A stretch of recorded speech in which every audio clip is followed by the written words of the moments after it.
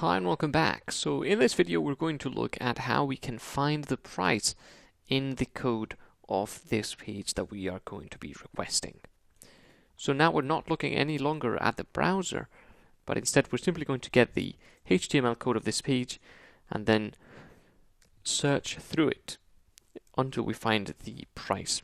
The great thing about that is that then we could do the same with any other item on this page. Which means we could start potentially building some sort of application that would let us find prices of items and possibly even alert us when they go down in price, which would be quite interesting.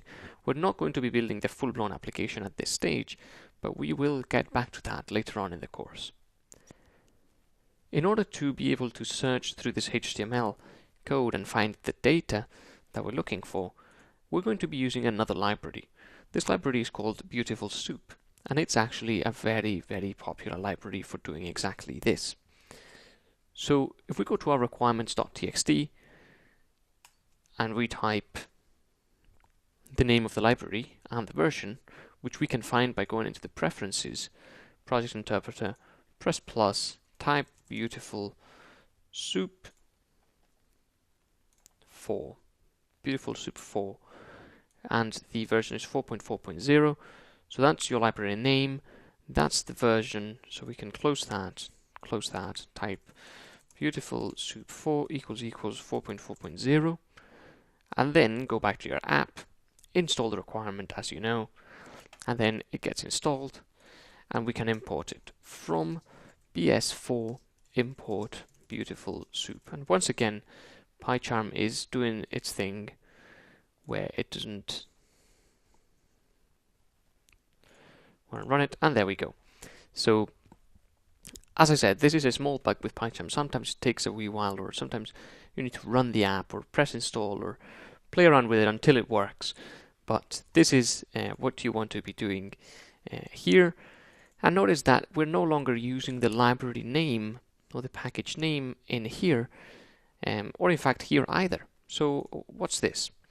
Basically, this BeautifulSoup 4 package contains a folder or a file called BS4, and this BS4 file is the one that contains this class or this thing that we want to import. So this is why we're doing it this way, but I would not worry too much about that. Simply know that from the BS4 file we want to import this thing, and this is what we're going to be using.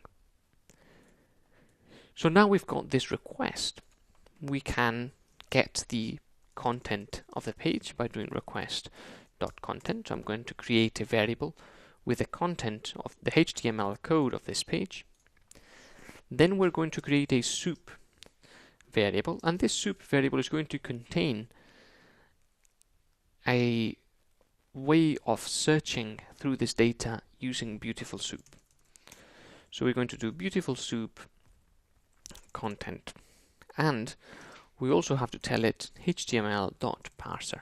And what this does is it says, okay, we're going to be using BeautifulSoup with this content that we've got, and we're telling it this is a HTML content, so we want to use the HTML parser that's built into BeautifulSoup to search through this data.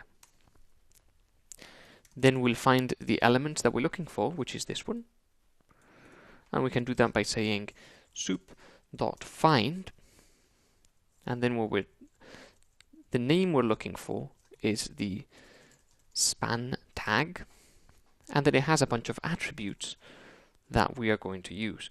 Notice how the IntelliSense, this is what this is called, already tells us what we should be writing. So there's a name, there's some attributes, ATTRS, whether we want to search recursively or not, this is true by default, and some text and some more optional arguments.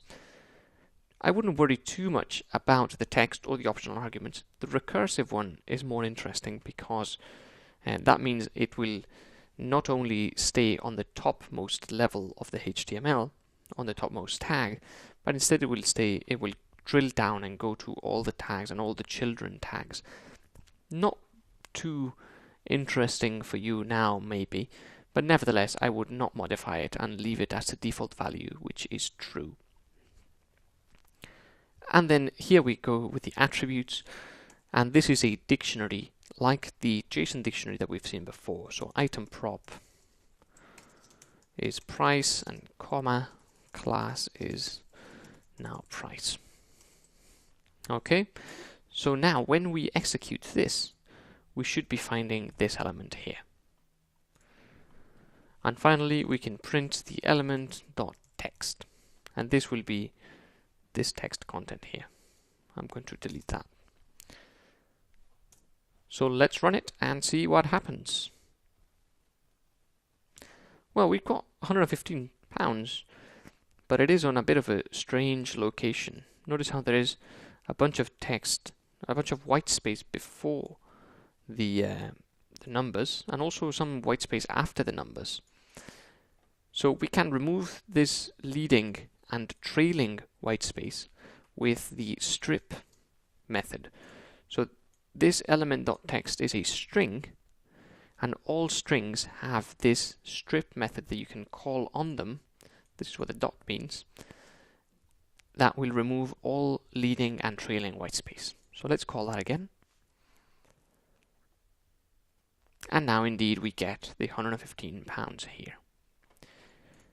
However, this £115 is not a number. This is indeed a string, because it has this pound symbol in front of it. So what can we do to remove the pound symbol and to indeed convert this into a number? Well, this is what we're going to be looking at in the very next video, how to remove the pound symbol and convert the remaining numbers into an actual number that Python can understand and add and subtract and things like that.